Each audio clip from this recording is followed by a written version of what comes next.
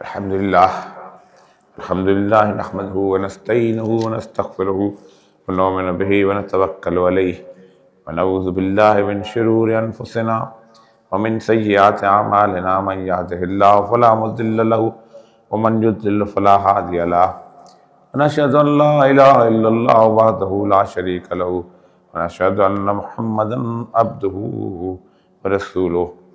क़ाल अल्लाहु तबारक व तआला फ़ी कलामिहिल मजीद व फ़ुरक़ानिहिल हमीद। अऊज़ु बिल्लाहि मिनश शैतानिर रजीम। बिस्मिल्लाहिर रहमानिर रहीम। या अय्युहल्लज़ीना आमनुत्तक़ुल्लाह वज़रू मा बक़िया मिनर रिबा इन कुन्तुम मुमिनीन व इन लम तफ़अलू फ़अज़नु बिहर्बिम मिनल्लाहि व रसूलिही। रब्बि इश्रह ली सदरी व यस्सिर ली अमरी वहलुल उक़दतम मिन लिसानी यफ़क़हू क़ौली। सदक़ल्लाहुल अज़ीम। हज़रात गिरामी में गले की ख़राबी ऐसी है कि थोड़ा सा मुझे थोड़ी सी तकलीफ़ हो रही है, लेकिन दुआ कीजिएगा कि अल्लाह ताला इस गुफ्तगू को जो मैंने शुरू की है इसको मुकम्मल कर सकूं। इसलिए आप आज मेरी आवाज़ में वो ज़ोर वोर नहीं देख रहे ना, बार ज़ोर सब अल्लाह तबारक तआला का है। अल्लाह ताला तौफ़ीक दे कि जिस मौजू को आज मैंने शुरू किया है इसको मैं कई जुम्मों तक ले जाना चाहता हूँ, क्योंकि ये बुनियादी तौर पर आज के दौर का सबसे बड़ा मसला है। सूरह बकरा की जो आयत मैंने आपके सामने तिलावत की है, इससे पहले की कुछ आयत और इसके बाद की कुछ आयत ये सूद के मुतल्लिक़ है। और इस सूद के मुतल्लिक़ अल्लाह तबारक ताला का हुक्म इतना सख्त है कि जब भी कभी कुरान पाक का मैंने मुतालिया किया है तो मैं हैरान हो जाता हूं कि अल्लाह तबारक ताला ने इतना सख्त हुक्म क्यों दिया। लोग ज़िना करते हैं, लोग चोरी करते हैं, लोग डाका डालते हैं, लोग कत्ल पे कत्ल किए चले जाते हैं। दुनिया में लोगों के लिए जालिम लोग होते हैं, सब कुछ होते हैं।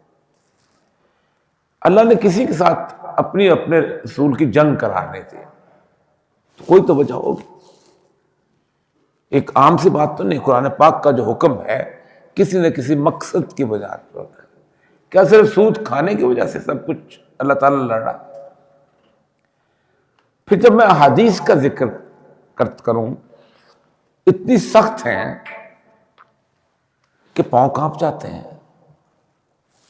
मैं 3-4 हदीसें आपके सामने जिक्र करता हूं और फिर हम आते हैं कि असल में इस जदीद दौर के अंदर ये जो सिर्फ एक सूद है, ये सिर्फ सूद नहीं है, ये पूरे का पूरा निज़ाम है जिसने के सारे इस माशरे को घेरा हुआ है, जिसके अंदर कत्ल भी होता है, जिसके अंदर ज़ना भी होता है, जिसके अंदर जुल्म भी होता है, जिसके अंदर घरों के घर उजाड़े भी जाते हैं, जिसके अंदर कहत भी डाला जाता है। सब कुछ पूरा निज़ाम है। उसको हम आज उस पर थोड़ा सा रोशनी डालेंगे इंशाअल्लाह। कुछ जुम्मों के अंदर इसको हम तफसील से बात करेंगे कि बुनियादी तौर पर जिस निज़ाम के अंदर हम रह रहे हैं, ये निज़ाम मुसलमानों ने 1924 तक इस निज़ाम को हाथ भी नहीं लगाया था। 1300 साल तक हम सूद से दूर रहे, जबकि पूरी दुनिया सूद के अंदर रची बसी हुई थी। जिस इलाके में आप रहते हैं यहां ब्याज का लफ्ज़ इस्तेमाल होता था, और हिंदू साहूकार जो थे वो सदियों से ब्याज लेते थे, और पूरे शूदर और यहां तक कि ब्राह्मण भी उनके अंदर फंसे होते हैं। हदीस में आपके सामने पहले सुनाता हूं। हज़रत अबू हुरैरा नबी अकरम से रवायत करते हैं कि आपने फरमाया, 7 हलाक कर देने वाली चीज़ों में से बचो। साहबा ने अर्ज़ किया, या रसूलल्लाह 7 कौन सी चीज़ें हैं? आपने फरमाया, अल्लाह के साथ शिर्क करना, जादू करना, ऐसी जान को नाहक मार डालना जिसका मारना अल्लाह के लिए हराम फरमाया, सूद खाना, यतीम का माल खाना, और जंग के रोज पीठ पीछे भागना, और भोली भाली पाक दामन औरतों पर तोहमत लगाना। दूसरी हदीस हजरत जाबिर बिन अब्दुल्लाह से मरवी है कि रसूलुल्लाह सल्लल्लाहु अलैहि वसल्लम ने सूद खाने वाले, सूद खिलाने वाले, और सूदी तहरीर या हिसाब लिखने वाले, और सूदी शहादत देने वाले से अपनी ज़ुबान मुबारक से जिनको मलून फरमाया उनमें से सूदखोर भी थे। हज़रत अबू हुरैरा से रिवायत है कि उन्होंने फरमाया 4 शख्स ऐसे हैं कि अल्लाह ताला अपने पर लाजिम किया है कि उनको जन्नत में दाखिल नहीं करेंगे, ना उनको जन्नत की नेमतों का जायका चखाएंगे। आदि शराबी, सूद खाने वाला, नाहक यतीम का माल खाने वाला और माँ बाप की नाफरमानी करने वाला। फिर ये बड़ी डरा देने वाली हदीस है।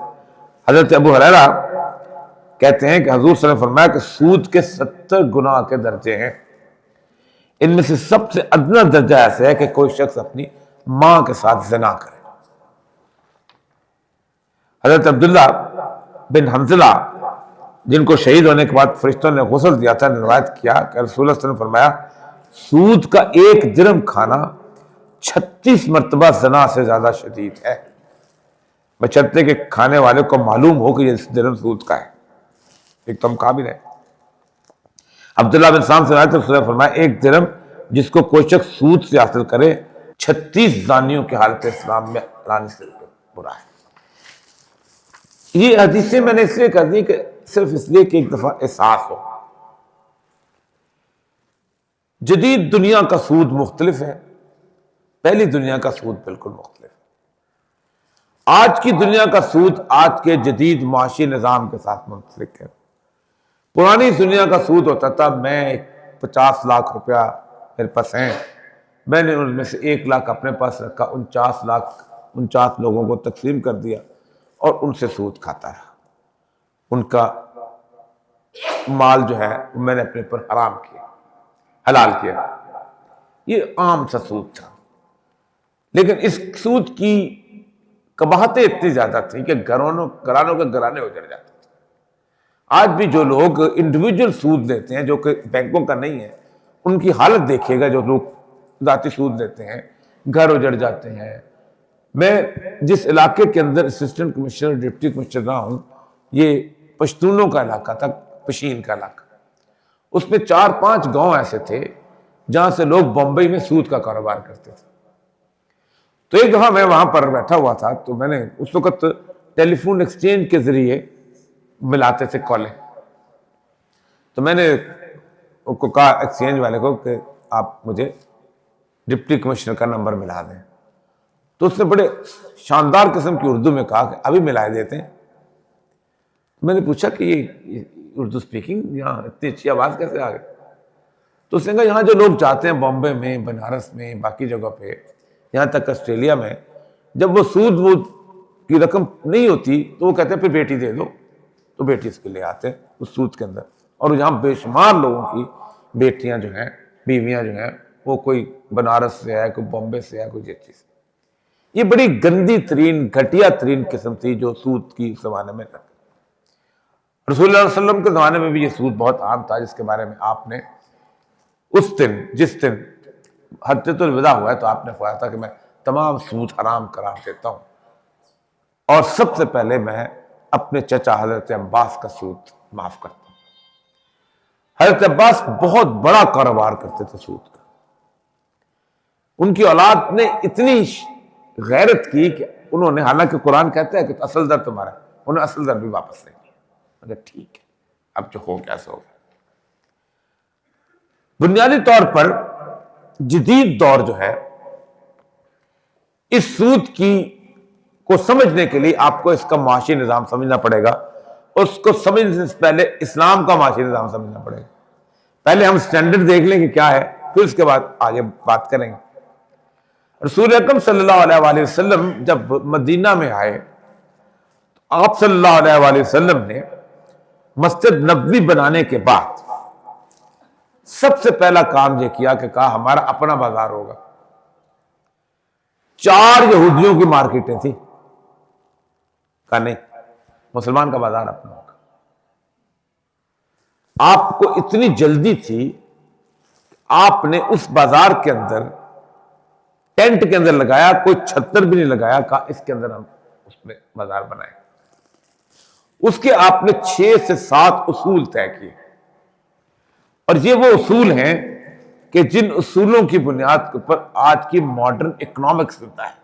मैं आपके सामने आपको हैरान होऊंगा, कि जो चीजें जो हमारे यहां दिखाई नहीं जाती, जो बताई नहीं जाती, रसूल अकरम सल्लल्लाहु अलैहि वसल्लम ने कहा कि हम बाजार बना रहे हैं, इस बाजार में किसी ताजर पर कोई टैक्स नहीं होगा। और मैं जरा टैक्स जो उसके ऊपर मैं जरा आपके सामने वो अहकामात बताऊं तो वो सूद से भी लिहाजा है टैक्स लेने वाले के ऊपर, क्योंकि जाहिर बात है हमारे यहाँ हुकूमतें तो पढ़ के सुनाते नहीं। जब निस्फ रात को आसमान के दरवाजे खोल दिए जाते हैं, बस एक मुनादी देने वाला निदा देता है, कोई मांगने वाला जिसकी दुआ कबूल की जाए, है कोई साइल जिसको अता किया जाए, कोई परेशान हाल बस उसके लिए कुशादगी कर दी जाती है, बस नहीं बाकी रहता कोई मुसलमान दुआ मांगने वाला, मगर अल्लाह उसकी दुआ कबूल करता है, दो लोगों की दुआ कबूल नहीं करता। वो जानिया जो अपनी तरफ बुलाए, या उशार टैक्स लेने वाला, का ताजर से टैक्स दुआ कबूल नहीं करता। अल्लाह के रसूल सल्लल्लाहु अलैहि वसल्लम फरमाया कि देखो, याद रखो कि जन्नत की हवा नहीं खाएगा जो टैक्स देता है। क्या हैरान हो गए, दुनिया चलती कैसे थी? 27 मुल्क हैं दुनिया में इस वक्त जो टैक्स फ्री जोन है। 36 साल के बाद उन्होंने दुबई वालों को जबरदस्ती कहा टैक्स लगाओ, कोई टैक्स नहीं, किसी किस्म का कोई टैक्स। बुनियादी तौर पर ताजर के ऊपर कोई टैक्स नहीं है, पैदावार पे है। अब मैं इसकी मिसाल देता हूं कि मुल्क कैसे चलते थे। 1947 से पहले इनकम टैक्स नहीं था, सेल्स टैक्स नहीं था, किसी किस्म का कोई कस्टम ड्यूटी नहीं थी। अंग्रेज हमारे बाप का रिश्तेदार नहीं था कि कर्ज लेके हमारे ऊपर खर्च करे। 5 करोड़ पाउंड में सिंपल हिसाब, 5 करोड़ पाउंड हम अंग्रेज को भेजते थे। सिर्फ 9% माली और आबियाना था, जैसे हमारे यहां आज का होता है। पूरी दुनिया में साल जो है फाइनेंशियल साल वो 1 जनवरी को शुरू होता है, हमारे यहां 1 जुलाई को शुरू होता है। क्यों? ताकि जमीनों की आमदन हो जाए तो टैक्स लें। दुनिया का सबसे बड़ा इरिगेशन सिस्टम यहां बना। जब अंग्रेज जहां था उससे बड़ी नहरों की तादाद दुनिया में किसी मुल्क में नहीं थी। दुनिया का दूसरे नंबर का बड़ा रेलवे का निजाम बना, वो कलकत्ता से लेके तो वहां तक और नीचे सारे तमिलनाडु से लेके तुझे कौन कौन सी जगह छोटी छोटी चीजें 12-13 तो आपको मिलेंगे यहाँ पर जंक्शन, जहां से कोई सियालकोट को गाड़ी जा रही है तो कहीं जा रही है, कहीं जा रही है। हर जिले के अंदर हेडक्वार्टर के अंदर इंसानों का अस्पताल भी बना और जानवरों का अस्पताल भी बना। जानवरों के अस्पताल के साथ जानवरों की यूनिवर्सिटियां भी बनी, स्कूल बने, कॉलेज बने। ये माल रोड अकेली है ना, इसका किसी को कहो चीफ मिनिस्टर को कि ये जीपीओ हाईकोर्ट दोबारा बना के दिखाए, दांतों को पसीना आ जाएगा। एक टैक्स नहीं था। मैं कैलकुलेशन कर रहा हूं, बता रहा हूं आपको। 9%। और कोई डिप्टी कमिश्नर पटवारी, और उसमें भी चोरी चारी होती थी लेकिन इतनी नहीं होती थी। टैक्स आपसे फरमाया कि ये नहीं हो। एक अब आए दूसरी चीज, कारोबार जो है ये है असल सिस्टम जहां से हम तबाह होते हैं। फरमाया 6 चीजों में कारोबार करो, और वो कमाल आप सल्लल्लाहु अलैहि वसल्लम ने जिस बारे में आपने खास तौर पर कहा कि जिन 6 चीजों में आपने फरमाया कौन सी कारोबार करो, वो आपको मैं बताता हूं। सोने में करो, चांदी में करो, खजूर में करो, जौ में करो, गंदम में करो और नमक में करो। आप कहेंगे ये क्या चीज है भाई? आप सोचें, इस्लाम कहता है कि वो चीज जो है वो तिजारत के तौर पे इस्तेमाल करो जिसको तुम अलहदा जाके बेच सको तो उसकी कीमत मिल जाए। इसको इकोनॉमिक्स कहते हैं money which has an intrinsic value of its own. वो पैसा जिसकी अपनी भी कदर हो। ये जो कागज है ना, नोट, ये बाहर जाओ तो रद्दी के मूल्य पर नहीं बिकता। मेरा पहचान जो है वो मेरा पासपोर्ट नहीं है, मेरी पहचान जो है वो मेरा शनाख्ती कार्ड नहीं है, वो कायद-ए-आज़म वाला नोट है जो बहर अरब के बाद खत्म हो जाता है। चला के दिखाओ, नहीं चलता। पाकिस्तान का नहीं, डॉलर चलेगा, उसकी पहचान। अब मैं बताता हूं वहां क्यों आता है। सोने और चांदी में आपने यहां तक आप सर फरमाया कि कभी इसकी मिलावट भी ना करो। हजरत बिलाल एक दफा आए, आपके पास कुछ खजूरें थी जो जरा नरम सी थी, तो अचानक अच्छी वाली ले आए। रसूलुल्लाह ने पूछा, बिलाल कहां से लेके आए? मैं, या रसूलुल्लाह मैंने वो दी, उसके बदले में ले ली। मैं, बिलाल हाज़ा रिबा, ये तुमने सूद की कमाया, पहले वो बेच दे और फिर ये, ताकि उसके अंदर 1940 तक, बल्कि 1944 की जुलाई तक पूरी दुनिया सोने और चांदी में कारोबार करती थी। मेरे वालिद 1908 में पैदा हुए थे, हमारे घर में सोने के और चांदी के सिक्के होते थे, क्योंकि बुनियादी तौर पर इस्लाम किसी भी आर्टिफिशियल मसनूई करेंसी का कायल नहीं है। इस सारी करेंसी की बुनियाद क्या है? 1940 में जब उन्होंने पूरी दुनिया को एक किस्म का फतह कर लिया, तो उस वक्त दुनिया के अंदर 4-5 कुव्वतें काबज थी। एक बरतानिया थी, जिसके पास इंडिया पाकिस्तान था, ऑस्ट्रेलिया था, कनाडा था, फ्रांस था जिसके पास रूस का अफ्रीका का इलाका था, डच थे जिनके पास इंडोनेशिया था और जो वियतनाम था। उन्होंने कहा तुम निकलो। अमेरिका ने कहा पैसे मैंने लगाए, असला मैंने लगाया, हिरोशिमा और नागासाकी में बम मैंने फेंके, फौजें मैंने, अब मैं कंट्रोल करूंगा। अब मैं कैसे कंट्रोल करूंगा? अब मैं कंट्रोल करूंगा माशी तरह। ये है सूद। अल्लाह ने जंग का कहा है ना, अब आपको समझ आएगा कि जंग क्यों कहा। मैं अब यहां पर कंट्रोल 1944 की जुलाई में नॉर्मंडी फतह हुआ है। अब उनको यकीन हो गया हमारा हिटलर विटलर मर गए, अब हम ताकतवर हैं। 1944 की जुलाई को उन्होंने कॉन्फ्रेंस बनाई बर्टन वुड में, और उन्होंने कहा आइंदा से कोई सोने और चांदी में कारोबार नहीं करेगा। कारोबार किसमें होगा? कागज के नोट में। इसको कहते हैं प्रोमिसरी नोट। ये जो नोट लिखा है ना, उसमें लिखा होता है इंद तलब को इसके बदले में अदा करेगा। मतलब अगर आप एक 100 रुपए का नोट है, तो हुकूमत जो ये नोट जारी करती है उसके पास 100 रुपए के चावल, 100 रुपए की गंदम, 100 रुपए का चीनी ये होना चाहिए, वरना गवर्नमेंट झूठ बोल रही है। असल मसला यह था कि वहां कहा कि ये खत्म, और उसकी बुनियाद पर उन्होंने कहा कि हर मुल्क जो है वो एक बैंक बनाएगा। Every country must have a bank, central bank, और उस कंट्री का एक करेंसी होगी, और उस करेंसी की बुनियाद के ऊपर वो एक बहुत बड़ा ढेर सोने का रखेंगे, ताकि कल को अगर लोग मांगने आए तो वो ढेर जो है वो मौजूद हो, तो सोना उनको दे दें, क्योंकि ये कागज तो कागज है।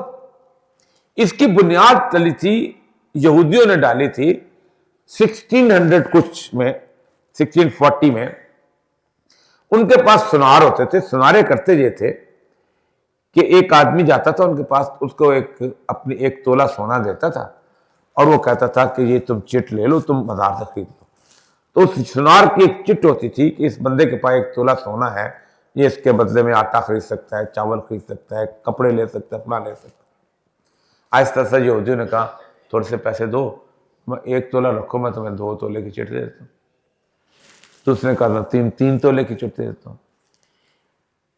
वॉर ऑफ रोजेस चल रही थी, इतनी चिटें आ गई मार्केट के अंदर कि चिटें होगी, और यहां तक कि उस दौरान में लोग मकरूज होते चले गए। और 1694 में जब वॉर खत्म हुई है, तो मलका बरतानिया पर इतना कर्जा था यहूदियों का, बादशाह बरतानिया पर इतना कर्जा था यहूदियों का,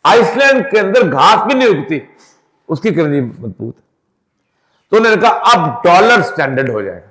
अब मैं एक छोटी सी मिसाल आपके सामने रखता हूं। मैंने तेल खरीदना है, तेल डॉलर में बिकेगा, मुझे 2 अरब डॉलर खरीदने पड़ेंगे, आपको 10 अरब लेने पड़ेंगे, उसको 200 अरब लेने पड़ेंगे, हम सारे मिलके 500-600 अरब डॉलर खरीदेंगे, जो 1 लाख डॉलर में अच्छी स्याही में अच्छे कागज में छप जाते हैं। आज ऐलान हो जाए कि पाकिस्तान के रुपए में तेल बिकेगा, 1 रुपए का 100 डॉलर मार्केट में हो जाएगा। हर बम में अल्लाह व रसूल ही, अल्लाह उसके रसूल के साथ जंग। 1 रुपए में 100 डॉलर हो जाएगा। मेरे पास उमर इब्राहिम बुडेलो आया, हमने शुरू किया था कि सोने और चांदी के सिक्के जो हैं उनको, ताकि और कुछ कम से कम सेविंग उसने की। कदाफी से फोन पे बात थी, कदाफी ने कहा मुझे भेजे मेरे पास, हमने भेजा, वो चला गया। उसने कहा मेरे पास मिनट है, हम शुरू कर दें। उसने ऐलान कर दिया कि हम तेल सोने में बेचेंगे। कदाफी का क्या शुरू, हर बम में अल्लाह, पूरा सिस्टम। आपने फरमाया देखो उस चीज में कारोबार करो जो बाजार जाके money which has an intrinsic value of its own. इस वक्त चाइना दुनिया में सबसे ज्यादा सोना खरीद रहा है। क्यों खरीद रहा है? उसको पता है कि कल डॉलर गिरेगा तो मैं तो बर्बाद होकर रह जाऊंगा। आप जरा जाके देखिएगा क्या सूरत है। रसूल अकरम फरमाया तुम पर एक जमाना आएगा कि सोने और चांदी के अलावा, कारोबार करने के अलावा तुम्हारे पास रास्ता ही कुछ नहीं रहेगा। आज ऐलान हो जाए कि डॉलर डजंट एग्जिस्ट, आपकी सारी इन्वेस्टमेंट तबाह बर्बाद हो जाती है। एग्जिस्ट, आप खुद सोचें कि कुछ तकरीबन 21 ट्रिलियन डॉलर अमेरिका के ऊपर कर्जा है बाहर का। मुझे डॉलर खरीदना पड़ता है, अमेरिका को डॉलर छापना पड़ता है, इस कलर की हैसियत में। तो ये पूरा सिस्टम जो सूद का, तो 1944 में IMF बनाया गया, इंटरनेशनल मॉनेटरी फंड। उस इंटरनेशनल मॉनेटरी फंड के साथ बनाया गया वर्ल्ड बैंक। उस वर्ल्ड बैंक को फिर कवर करने के लिए क्या बनाया गया? United Nations. 2 महीने बाद यूनाइटेड नेशंस बनी है, पहले जो सिस्टम बनाया गया।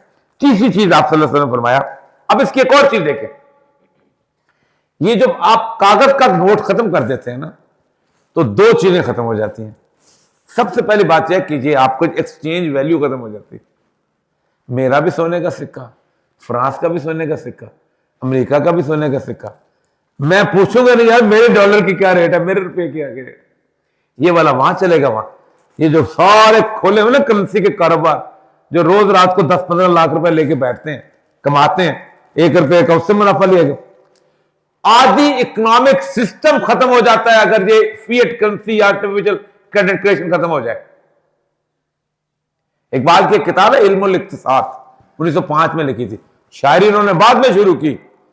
अल्लाह ने उनको इल्म दिया था इक्तिसाद का। वो किताब लेके पूरे मुल्क में घूमे, लाहौर शहर में, कोई छापता नहीं था। वो कौन, तुम जानते ही नहीं कोई। बहुत ऐसी किताब है कि आज के दौर के अंदर जो 2025 में जो सवाल हैं, वो सवाल जो हैं उसका जवाब देती है। उसका एक फिक्रा सुनाता हूं। इकबाल कहता है बैंक कर्ज नहीं देता, बैंक भरोसा बेचता है।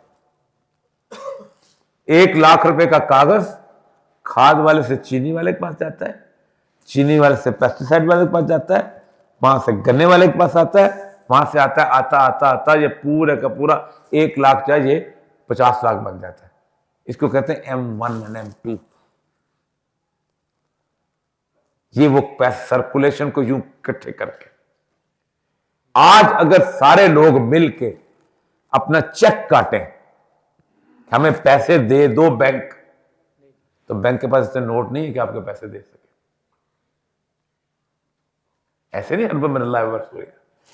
तीसरी चीज आपसे फरमाया जखीरा अंदोजी नहीं होगी उसका। मैं पहले एक दफा बाजार को समझ लें इस्लाम का, फिर आपको समझ आ जाएगी कि ये बाजार कायम कर लें तो फिर जखीरा अंदोजी नहीं होगी किसी तौर पर। जिसने 40 दिन से ज्यादा गल्ला रोका, उसके बाद वो खैरात करता रहे, सदकात देता रहे, कुछ करे उसकी इबादत कबूल नहीं होगी। पूरे का पूरा कारोबार, पूरे का पूरा। ऑस्ट्रेलिया की गंदम इतने देर के रोकोगे तो रोडेशिया में जाके बिकेगी। अमेरिका की गंदम यूं रोकोगे तो जाके थाईलैंड में जाके बिकेगी। दरमियान में रास्ते में जहाज रोक दिए जाते हैं, डैमरेज पढ़ने दो, पूरे का पूरा कारोबार है क्या? तमाम तर जखीरा अंदोजी के ऊपर। उसके बाद आगे फरमाया स्पेकुलेशन, सूद, जुआ, इसके में किसी नहीं होगी। एक और अहम तरीन चीज, इस्लाम में मिडिल मैन नहीं है। फरमाया बाजार में कोई चीज ला रहा हो और उसको बाजार के रेट का नहीं पता, रस्ते में कि तुमने खरीदा और तुमने उससे 300 रुपए खरीद के 500 बेचा, तुमने 200 रुपए सूद कमाया। क्या होता है दुनिया पूरी के अंदर? Factory outlets. दुनिया पूरी क्या करती है? फैक्ट्री आउटलेट्स है ना। फिर उसके बाद दुनिया पूरी के अंदर फिर एक और बात, इस्लाम बुनियादी तौर पर परमानेंट जुमा बाजार चाहता है। जब गिरते हो तो जुमा बाजार लगाते हो कि चाहे चीजें सीधे मार्केट में। इस्लाम के अंदर नहीं, इस्लाम के अंदर ये तस्वुर ही नहीं है कि एक हाइपर स्टार वाला बैठे और चूंकि उसके पास 1 करोड़ रुपया है तो 80% जो गल्ला जो खरीद के ले आए।